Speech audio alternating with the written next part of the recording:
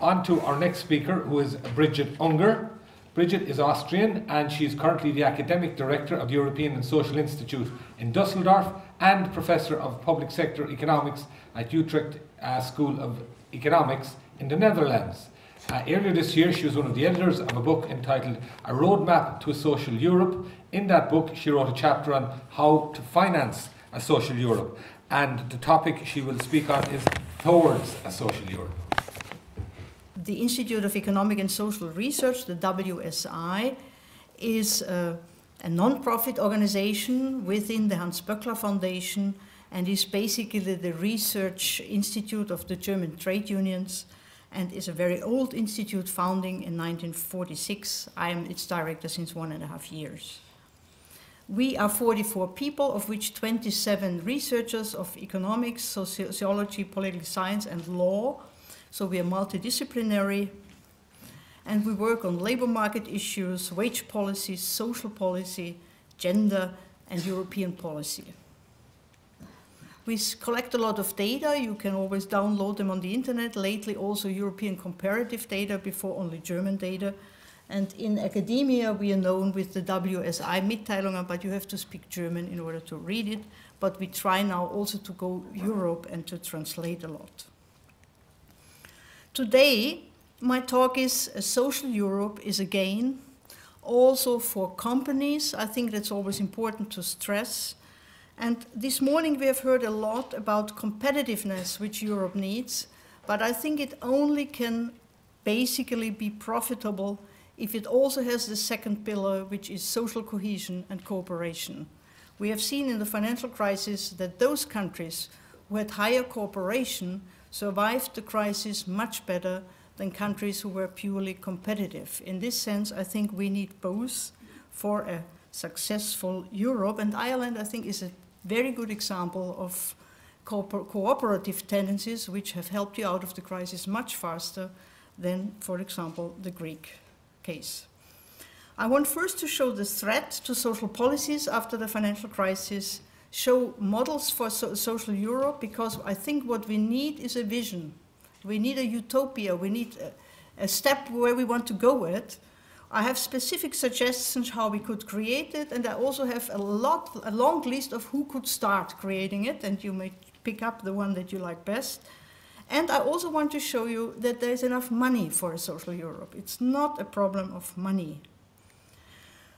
We have had the financial crisis, and today we've heard a lot of competition and austerity and fiscal pact, but we have not heard anything about those who have caused the financial crisis and what has been done to them in order to make them pay for the harm they did.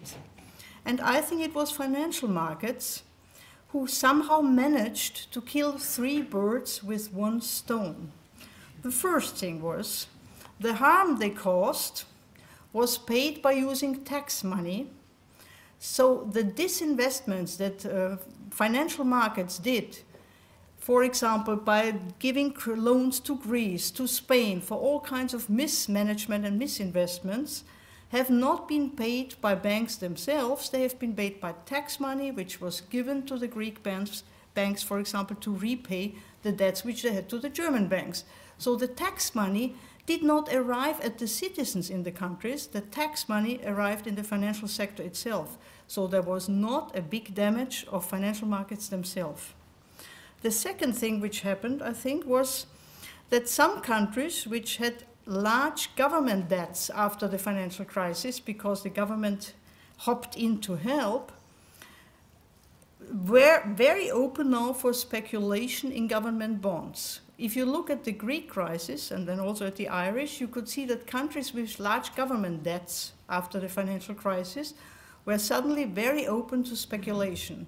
And the speculation was to speculate in Greek bonds. Should Greek, for example, go bankrupt, then credit default swap, a new speculative derivative, would pay out. The insurance of bankruptcy would pay out. Should Greek not go bankrupt, then high interest rates on Greek governments were profitable. So there was a new business made with speculating in public sector government debt. And I think this happened to quite a lot of countries, in especially the southern part of Europe. And then the third thing, since governments had a large debt, there had to be fiscal packages, austerities packages to bring down the debt. That's what we are talking today, which is again in favor of neoliberal ideas, because where do we have to save? We have to save in the unproductive parts. We have to cut wages of civil servants, and we have to cut wages transfers to the elderly. And where do we have to invest? In the productive part. So there are three birds with one stone: no damage to financial markets, new business, and a neoliberal continuation of privatization and of cutting benefits to the social without being regulated. The financial crisis was the biggest market failure that Europe has seen since 50 years. And we haven't heard a single talk today of what happened to regulate financial markets. It's the financial markets which bring us all the problem we are discussing about, and they are not even mentioned anymore. So there is something which goes seriously wrong. I have just tried to calculate it for the Dutch, but I'm quite sure, and also we did it for the Austrian public debt, but I'm also quite sure that the same would happen for the Irish debt. We calculated the public debt after the financial crisis, which in the Netherlands is the blue part, it's 60%. The Dutch haven't been hit very heavily by the financial crisis, much less than the Irish. Then you see the red thing, which is explicit guarantees, which the government gave. And then you have the green thing, which shows implicit debts, debts which we don't see in the statistics yet, but which would occur if a little shock or a big shock would occur. And these green things are implicit guarantees giving to either save the banking sector or to save the pension funds. The heavy worst scenario, which looks really awful, and 800% of GDP would mean in the Netherlands that there's a complete banking crisis and the Netherlands gets overflooded. I don't want to be as pessimistic, but what you can see is that even in small shocks, half of what we don't see yet is still public money which might be spent again for financial markets if there would be another crisis. What we can see implicitly, if the governments want to maintain the financial sector, there is another big bunch which would occur and again be transferred, public money not being spent for the social but for saving financial markets. Nothing, according to me, has been done so far to regulate this. And as long as we don't have this in Europe and in the world, we are not out of the problem.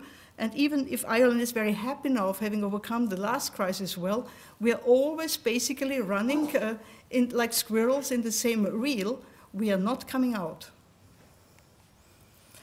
There are models for a social Europe, and since we thought that the EU has not provided enough with its employment strategies and youth employment strategies, though I'm very positive about something having been done, we have written this roadmap to a social Europe, which you can download for free on the internet.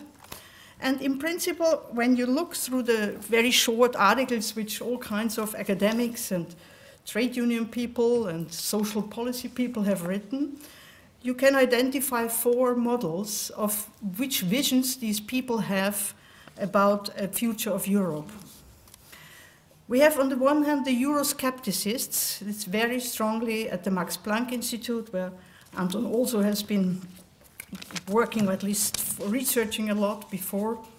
They think that Europe is not a hope, that we have basically Europe and the European Court of Justice intervening in national rights, which is disturbing, that we have a kind of post-democracy, that not elected gremium, like the European Court of Justice, the European Commission, determine European politics.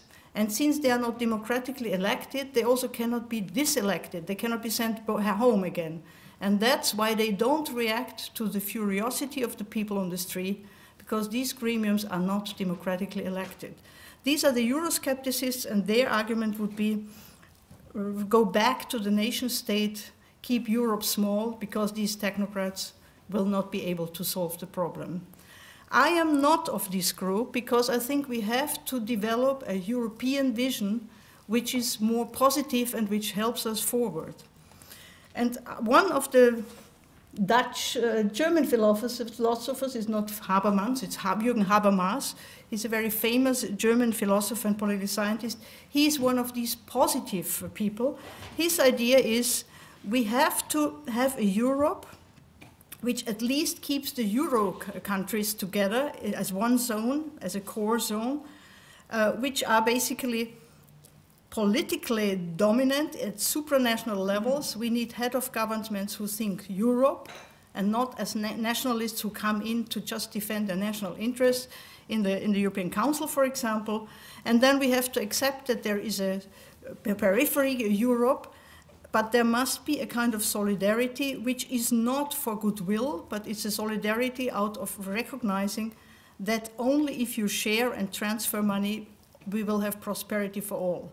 So solidarity for Habermas is not the good person solidarity, it's a solidarity which thinks this is strategically the better, economically better outcome. Then we have these models of democracy. It's not a typing mistake, it's demos. It's the plural of demos, it's demois, the Greek word, which says there should be the democracy of the different peoples, of the different nations within Europe. There should be then a transnational transfer of correcting spillovers and mistakes that countries do among themselves. And then there should be at the supranational level really a European political unit deciding on some issues which are relevant for all and which have to be the same. So his idea would be we need more of this democracy in Europe. And the fourth model is the one which I am at the moment most favorite for, is what the Dutch had called a polder model, but it should be a polder model for Europe. A polder is the dikes which basically keep the Dutch from overflooding, so you need these basically dams and walls around to keep you from overflooding. And the idea is that we would have a social Europe which defines the social very broad, so Anton Hemmerreich's social investment would be part of it, and education, wage and income policies, but also basically the fallback systems providing welfare, traditional welfare to elderly, the sick, and the poor. The idea of the polder model is that we keep the EU motto in varietate concordia, which the EU claimed, that we are diverse, variety, and that we try to get a unity in our diversity, which means leave nation states in their differences as they are, leave the Irish eating their Irish pie and let the Greek eat their whatever. Don't regulate the size of the cucumber, let countries as they are, but try to get a framework which protects the competition within the country, but also protects Europe from competition from outside. So the EU should, according to this series, only set the frameworks for Europe or some minimum standards for Europe, and should let countries leave as they are, especially those countries where self-regulation is well developed. And Ireland is one of these. Germany is one of these. Austria is one of these. The Netherlands are some of these. Let the existing old institutions, which are there since 1,000 years sometimes, since the medieval guilds even in the continental Europe parts, don't intervene and try to regulate everything, but try to regulate social protection for all, or at least at the minimum. This would be a kind of polder model of self-regulation. And the most important of this model is that the EU has to find clear out that there must be a balance between competition and cooperation in order for sustainable prosperity. Competition alone, we saw that during the financial crisis, did not help the countries. The pure competitive ones were the worst in the financial crisis. And for example, Simon Dakin from Cambridge University showed that in order to have a sustainable Europe, you must combine growth and social cohesion. The question is now, how could we basically concretely do that? And there are three suggestions. The first one is we need very urgently a reform of the EU architecture and EU institutions. A lot of the authors in this book claim that something should be changed in the European Union. The easiest change would be this suggestion. I put it there, not because I'm so deeply convinced, but it says the deficit in democracy and the small role that the social issues play in EU politics is the result of poorly designed European institutions. Already the names Council of Europe, European Council, Council of the European Union, also referred to as the Council, including their respective presidents, were something only Europhiles could keep track of. So the EU should change the names, the wordings of the different institutions. That would be the minimum to do. The maximum is the other side, what the European Trade Union Confederation asks. They want substantial political reforms of the European treaties. In particular, fundamental rights with regard to labor and social rights should be included in the new treaties. In between, there is a list of more feasible things. For example, that the European Parliament should be allowed to take initiatives, because at the moment, the European Parliament can also only say yes or no, but it cannot put agendas and issues itself on the daily agenda, and these things could be relatively easily changed. So there is a lot of things which could be done in between the two extremes of just changing the names of the EU institutions or just really open up the treaties again. The second part, so EU architecture is the one which should change. The second thing which is asked for is minimum standards. Set minimum standards like minimum pensions, minimum income replacement ratios for whole Europe. The minimum wage for Europe should nevertheless leave room for a variety of national arrangements which would take account of the varying collective bargaining practices in different member states, which differ. And the idea should not be that we set now a minimum wage and everybody goes down to the Greek minimum wage. There must be clearly a differentiation. The minimum must be really the lower bound, which should be allowed clearly to be higher, in especially the developed countries. Then there are also some suggestions in the book where I'm not so happy about. For example, Philip von Parijs, a very distinguished Dutch philosopher, he wants a euro dividend. His idea is people only see that they have to pay for the European Union, but they never get anything out. So the European Union should collect 20% value-added tax and should give 200 euros to each European citizen so that the people get something out of it. And this would, according to him, reduce migration. The poorer countries wouldn't have to come to the north and would help a lot. I am less happy with this suggestion because 200 euros is for rich countries and rich people in rich countries peanuts, while it costs a lot of money. And the value-added tax, we know, is a regressive tax. It's a tax which usually burdens the poor. Philip is not an economist, but the idea Europe should give something which shows that you are beneficial of being a European, we could maybe think in a different way in the future. The third thing is we need financial support, we need money. The German trade unions, especially the DGB, the Peak Association, really clearly argues for a Marshall Plan for Europe. The idea is the Americans have helped the Europeans after the World War II. Now the North should help the South by paying into a fund, which basically when a country, which should go to the countries in need in order to make it possible for countries to recover and to reconstruct their economies. And this should run for 10 years. The other idea is also in this book, which says we need a transfer union. The Nordic countries must pay into a fund, and when the unemployment in one country exceeds a special limit, then there must be a transfer to this country in need. That would be also a way of at least making unemployment problems milder than they are now within the Union. Now the question is who could do that? Because if the social Europe would be so easily to do, it should be there already. What I just give you here is a list, and I'm an economist, so completely innocent of really judging who could really do that. It's a list for you to choose. In this book, Wilson says it should be the social democratic parties because they sit also in the European Parliament. They should pick up social agenda and should make it more, bring it to Europe through the European Parliament. Another one is Franz von Baden, who said self-regulation or regulating organizations, trade unions, should at the national level and Europe-wide promote social agenda. I would also say, well, you need always a person to bargain with. If you are at the European level, you need also the Employers Association to bargain, for example, for wages, because you cannot bargain alone. For bargaining, you need the other side. So why not also hoping that Employers Association will understand that poverty and increasing crime rates are bad for business. We could even think of multinational corporations that realize that they will not be able to sell their products if there is revolts in countries. Revolts are not good for business either.